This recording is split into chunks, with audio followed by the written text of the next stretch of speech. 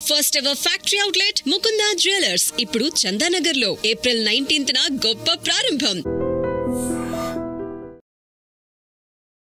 నమస్తే, నేను Kavitha. Welcome to I dream. 14 ఏళ్ల యువ క్రికెటర్, ఒక సంచలనం.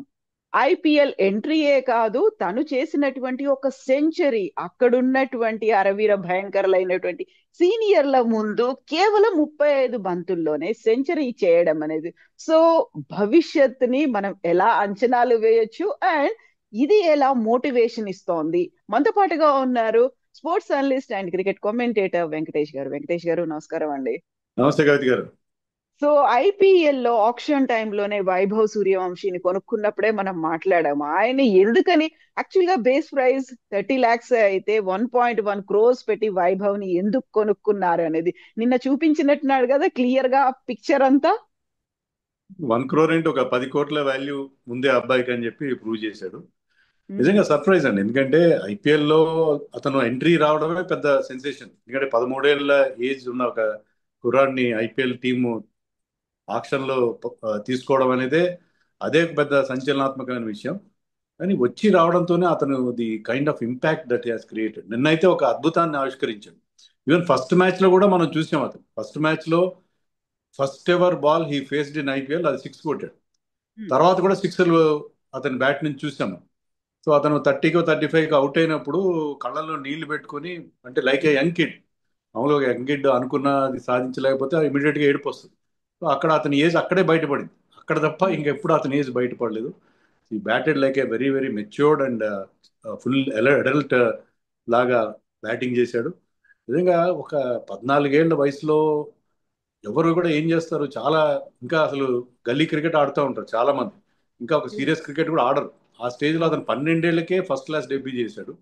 13 ఏళ్ళకి ఐపీఎల్ కాంట్రాక్ట్ వచ్చి 14 ఏళ్ల వయసులో ఈ played his first IPL match. Third IPL match లో ఈ స్కోర్డ్ ఏ సెంచరీ. అది కూడా మామూలు సెంచరీ కాదు. అది ఎలాంటి సెంచరీ అంటే second fastest and fastest by an Indian. So నిజంగా జా డ్రాపింగ్. ఇలాంటిది జరుగుతుందో ఒక ఇన్క్రెడిబుల్.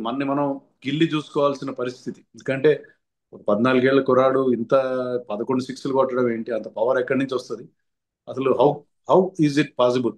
ఇది నిజమైన, ఇది నమ్మశక్యమైన అని ఒక ఫీలింగ్ అందరికి కలిగింది.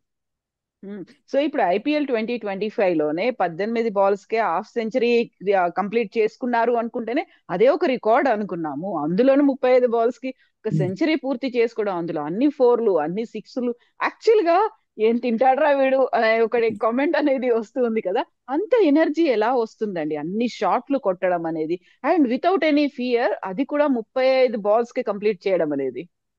అదే అండి, మీరు అంటే వితౌట్ ఎనీ ఫియర్, ఆ ఫియర్లెస్నెస్ అనేది అతనికి ఉన్న అడ్వాంటేజ్. ఎందుకంటే అవతల బౌలర్స్ ఎవరున్నారు, అందరు కూడా ఇంటర్నేషనల్ బౌలర్స్. సిరాజ్ కానీ, ఇషాంత్ శర్మ, చాలా experience bowler, Prasidh Krishna and Rashid Khan. Rashid Khan bowling లోనే 6 కొట్టి తన సెంచరీ కంప్లీట్ చేశారు. మామూలుగా సెంచరీ అంటే ఎవరైనా సింగిల్ చేసి కంప్లీట్ చేస్తారు.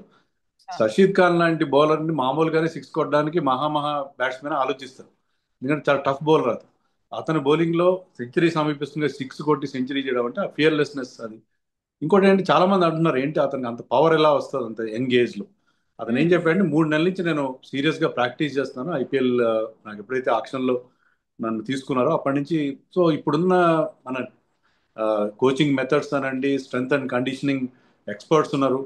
సో ఒక 14 ఏళ్ల కుర్రాడి మజిల్ పవర్ పెంచే ఎబిలిటీ మన ఇప్పుడు, ఎందుకంటే ఇప్పుడు వాళ్ళ డైట్ విషయంలో కానీ లేకపోతే ఎక్సర్సైజ్ మెథడ్స్ లో కానీ చాలా మార్పులు వచ్చాయి, చాలా సైంటిఫిక్ గా చాలా అడ్వాన్స్మెంట్ వచ్చింది. బహుశా అది అతను చక్కగా ఉపయోగించుకున్నాడు. అతనికి ఉన్న న్యాచురల్ ఎబిలిటీ కూడా, కేవలం పవర్ ఉంటే సరిపోదు, పవర్తో పాటు ఆ న్యాచురల్ ఎబిలిటీ ఉంది, ఆ డేరింగ్ ఉంది. దాంతో అతను ఒక కంప్లీట్ ప్యాకేజ్ గా అతను మనకి కనిపించాడు. సో ఇప్పటి నుంచి ఒక క్లారిటీ అనేది కనిపిస్తుందా భవిష్యత్ ఎలా ఉండబోతోంది అనేది? లేదు, ఒక మ్యాచ్ అయినా నెక్స్ట్ మ్యాచ్ల మీద అదే ప్రెషర్ అనేది ఉంటుంది కదా. మన ఆడియన్స్ కాదు, ఒక టీమ్ మేనేజ్మెంట్ కాదు, ప్రతి ఒక్కరు కూడా అంత ప్రెషర్ ని అప్లై చేస్తారు కదా అబ్బాయి మీద. ఇది అతనికి టఫెస్ట్ ఫేజ్. ఎందుకంటే ఇప్పుడు సడన్ గా అతను వచ్చాడు, ఫస్ట్ మ్యాచ్ లో ఒక 30 కొట్టాడు, అందరిని ఇంప్రెస్ చేశాడు. థర్డ్ మ్యాచ్ లో ఒక ఇన్క్రెడిబుల్ 100 కొట్టాడు. 35 balls, youngest by an Indian. IPL 18వ సీజన్ ఇది. లాస్ట్ టైం యూసఫ్ పఠాన్ అది కొట్టినప్పుడు 2010, అప్పటికి ఇంకా అతను పుట్టలేదు. అవును, 37 balls లో కొట్టాడు. సో అలాంటి ఒక గొప్ప రికార్డ్ అతను తన ఖాతాలో వేసుకున్నాడు. He's the youngest to hit a century in T20 cricket around the world. World ఎవరు ఈ ఏజ్లో 14 ఏళ్ల వయసులో ఎనీ ఫార్మ్ ఆఫ్ T20 క్రికెట్లో సెంచరీ కొట్టలేదు. సో ఇవన్నీ రికార్డ్స్ అతని మీద ఇప్పుడు వచ్చి పడ్డాయి. సో ఈ బర్డెన్ ఆఫ్ ఎక్స్పెక్టేషన్స్ తట్టుకోవడం, తర్వాత బౌలర్స్ కూడా మనం చూసేవేంటంటే Gujarat Titans bowlers they were taken by surprise. వాళ్ళు అతను బ్యాటింగ్ చేసిన ఇంకా ఇంకా ఫాస్ట్గా వేస్తుపోయారు, స్లోయర్ వన్స్ ఎక్కువ వేయలేదు. అంటే అతని కోసం they have not prepared, they have not come prepared. అతని విషయంలో పెద్దగా ప్రిపరేషన్ చేసినట్టు లేదు వాళ్ళు. బహుశా వాళ్ళు యశస్వి జైస్వాల్, రియాన్ పరాగ్, నితీష్ రాణా వీళ్ళ గురించి ఎక్కువ ప్రిపరేషన్ చేసినట్టుగా ఉన్నారు. ఇతను యంగ్స్టర్లే ఆడతాడు, ఒక 5 ఓవర్లు ఆడి వెళ్ళిపోతాడు అన్నట్టుగా అనుకున్నారు. But I think they're total under prepared. కానీ నెక్స్ట్ నుంచి ఏంటంటే కంప్యూటర్ అనలిస్ట్ అతని ప్రతి మూవ్ని, అతని వీక్నెస్ని కనిపెడతారు, ప్రతి మూమెంట్ని అబ్జర్వ్ చేస్తారు. సో ఇక్కడి నుంచి అతని జర్నీ చాలా టఫ్గా ఉంటుంది, చాలా టఫ్గా ఉంటుంది. అతని ఈ సోషల్ మీడియా రోజులు ఇవి. అతని ఇన్స్టాగ్రామ్ ఫాలోవర్స్ ఒక కొన్ని వందల్లో ఉన్నారంట ఇప్పుడు. కానీ ఇప్పుడు సడన్ గా ఎగ్జాక్ట్లీ రైజ్ అయిపోతారు. 1.1 మిలియన్ కు చేరుకున్నారు అంటే. చేరుకున్నారా అంటే ఇప్పుడు ఆటోమేటిక్ గా అతను సోషల్ మీడియా సెలబ్రిటీ అయిపోతాడు. యా. డైవర్షన్స్, చాలా డిస్ట్రాక్షన్స్ వచ్చేస్తాయి. So he will become a instant star. So ఆ స్టార్డమ్ ని హ్యాండిల్ చేయడం, ఆ వచ్చిన నేమ్ అండ్ ఫేమ్ ని హ్యాండిల్ చేయడం, తర్వాత తన ఎక్స్పెక్టేషన్ తగినట్టుగా తర్వాత కూడా ఇదే స్థాయిలో పర్ఫార్మ్ చేయడం, it is very big challenge for him. So ఇక్కడ luckily he has a person like Rahul Dravid as his coach. Rahul Dravid youngsters ని తీర్చిదిద్దడంలో అండర్-19 టీంతో వర్క్ చేశాడు. ఎన్సీఏలో, నేషనల్ క్రికెట్ అకాడమీలో అతను ఉన్నాడు. సో అతను కోచ్గా ఉన్నాడు కాబట్టి I think he can guide him. So ఇలాంటి సిచ్యుయేషన్లో ఏ రకంగా ఫేస్ చేయాలి, ఏ రకంగా ఈ సక్సెస్ని హ్యాండిల్ చేయాలి. సక్సెస్ రావడం ఒక ఎత్తు, సక్సెస్ని హ్యాండిల్ చేయడం ఒక ఎత్తు. సో సక్సెస్ని హ్యాండిల్ చేయడం విషయంలో I think he will take Rahul Dravid's guidance అని అనుకుంటున్నాను. సో వెరీ ఫస్ట్ మ్యాచ్ లో అవుట్ అయ్యి వెళ్ళిపోయినప్పుడు హీ వాజ్ ఇన్ టీయర్స్, ఏడుస్తూ వెళ్ళిపోయిన అబ్బాయి ఆ మైండ్ సెట్ ఏంటి, సైకలాజికల్ గా ఆ టైంలో కొంచెం అరే నేను అవుట్ అయిపోకూడదే అనేటువంటి ఒక ఫీల్ ఆయనలో వచ్చేసింది. ఆ తర్వాత నిన్న ఇది చూసిన తర్వాత ఎంత అయితే నేను ఇలా ఆడుతున్నాను, ఇంత పర్ఫెక్ట్ గా ఉండడానికి నేను ఇంత ప్రాక్టీస్ చేస్తున్నానని చెప్పుకున్నారో, సైకలాజికల్ గా కూడా ఆ బ్యాలెన్స్ అనేది మెయింటైన్ చేయాల్సినటువంటి అవసరం ఉంది. లోస్ ఉంటాయి, హైస్ ఉంటాయి, వీటన్నిటిని ఆ ఏజ్ ఎంత మెచ్యూర్డ్ గా ఆలోచించాల్సిన అవసరం ఉందంటారు? నిజమే అండి. కానీ అతను మనకి చూసింది ఏంటంటే 50 చేసినప్పుడు కానీ, సెంచరీ చేసినప్పుడు కానీ చాలా నార్మల్ సెలబ్రేషన్ చేశాడు. పెద్దగా తొణకలేదు, బెనకలేదు. 90s కానీ, నర్వస్ 90s అని చెప్తాం కదా, అతను అవును. వాటి గురించి పెద్దగా ఆలోచిస్తున్నట్టుగా లేదు. ఇప్పుడున్న ఆ, అతని వయసులో అతను చాలా బ్యాలెన్స్డ్ గానే ఉన్నాడు. మనకి సచిన్ టెండూల్కర్ గొప్పతనం ఏంటంటే అతను చాలా యంగ్ ఏజ్ లో ఒక చైల్డ్ ప్రాడిజీగా అతను ఎంటర్ అయినప్పుడు అతనుకున్న మెంటల్ బ్యాలెన్స్ తో ఆ సక్సెస్ నన్ను ప్రాపర్ గా హ్యాండిల్ చేసి he was able to play international cricket for close to 25 years. So um, అలాంటి ఒక మెంటాలిటీ ఇతని దగ్గర కూడా కనిపిస్తుంది. అంటే మనం too early to judge that, కానీ చాలా కూల్ గా ఉన్నాడు ఈ కుర్రాడు. సో మనం అనుకున్నట్టుగా రాహుల్ ద్రావిడ్ గైడెన్స్ కూడా అతను చాలా ఉపయోగపడుతుంది. ఐ థింక్ అదే కనుక కరెక్ట్ అనుకుంటే అతను అలాగే కూల్ గా హ్యాండిల్ చేయగలుగుతున్నాడు ఈ ప్రెషర్ సిచ్యుయేషన్ అనుకుంటే ఐ థింక్ అతను భవిష్యత్తులో కూడా షైన్ అయ్యే అవకాశం కనిపిస్తుంది. ఉమ్. సో ఇప్పుడు ఐపీఎల్ తర్వాత ఒక స్టార్, ఒక సెన్సేషన్ అయిన తర్వాత మన ఇండియన్ క్రికెట్ టీమ్ లో సో అలా ఏమన్నా రూల్స్ రెగ్యులేషన్స్ ఉంటాయా? ఇంత యంగ్ అబ్బాయిని తీసుకోవాలి, లేదు అవసరం లేదు, అలాంటిది ఏమైనా ఫ్రేమ్ చేసుకుందా బీసీసీఐ? అంటే ఉద్యోగాల్లో ఉన్నట్టుగా మనకి under age limit, upper age limit ఏమి ఉండవండి క్రికెట్లో. ఎన్ని యా. ఇయర్స్ 14 ఏళ్ళు ఆడిన వాళ్ళు కూడా ఉన్న. హసన్ రాజా ఎవరో సమ్ పాకిస్తానీ క్రికెటర్, వాళ్ళ ఏజ్లు అంతా కూడా డౌట్ఫుల్ గానే ఉంటాయి. పాకిస్తాన్, బంగ్లాదేశ్ క్రికెటర్స్ చాలా యంగ్ ఏజ్ లో ఆడారు. Sachin Tendulkar played at the age of 16. Laxman Sivaramakrishna చాలా మంది 16 years కి ఆడిన వాళ్ళు ఉన్నారు. సో ఇండియన్ టీంలోకి ఇమీడియట్ గా అతన్ని మనం ఫాస్ట్ ట్రాక్ చేయాల్సిన అవసరం అయితే నాకు కనపట్లేదు. So he has to go through the ఈ డక్కామొక్కిలని తినాలి. డొమెస్టిక్ క్రికెట్ లో మనకి ఐపీఎల్ తర్వాత ఈ ఇయర్ ఎండింగ్ లో మనకి ముస్తాక్ అలీ, విజయ్ హజారే, ఆల్రెడీ అతను ఫస్ట్ క్లాస్ క్రికెట్ ఆడాడు. బీహార్కి ఒక 4-5 మ్యాచ్లు ఆడాడు.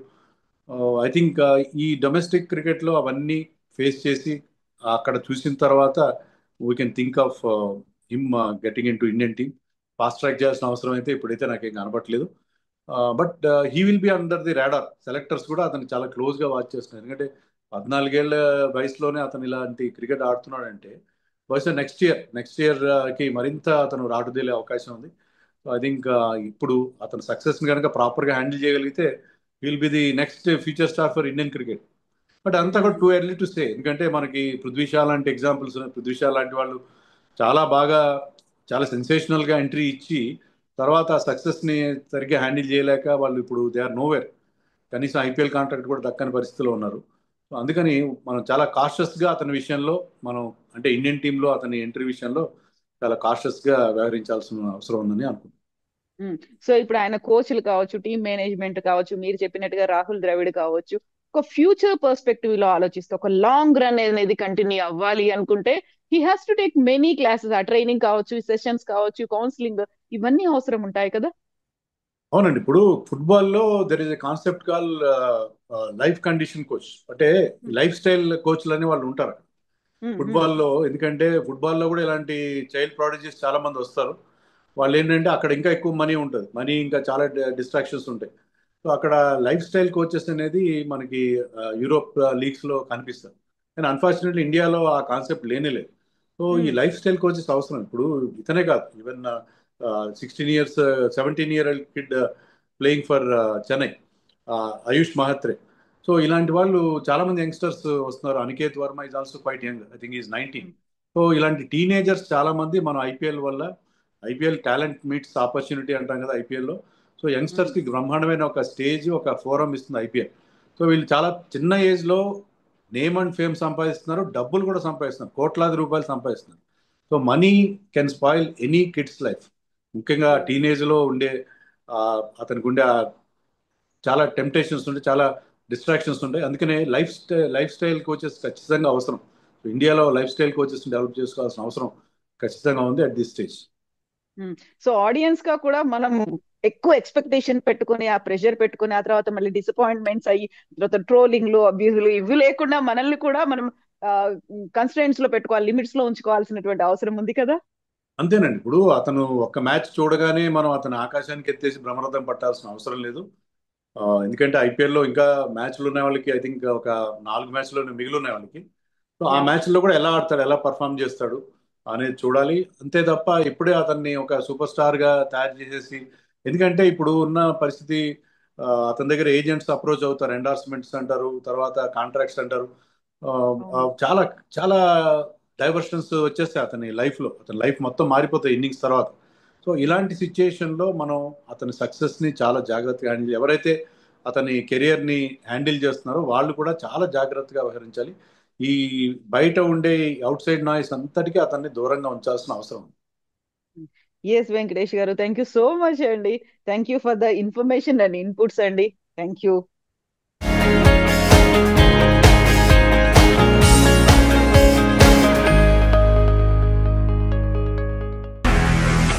మనకి ఐపీఎల్ స్టార్ట్ అవుతుంది అనగానే మనం అన్ని టీంల బలాబలాలు అనాలిసిస్ స్టార్ట్ చేస్తాం. కప్పు గెలుచుకున్న తర్వాత చేసే ఈవెంట్ ఎలా ఉంటుందో వీళ్ళు ముందే ఆ సెలబ్రేషన్ స్టార్ట్ చేశారేమో అనిపించేలా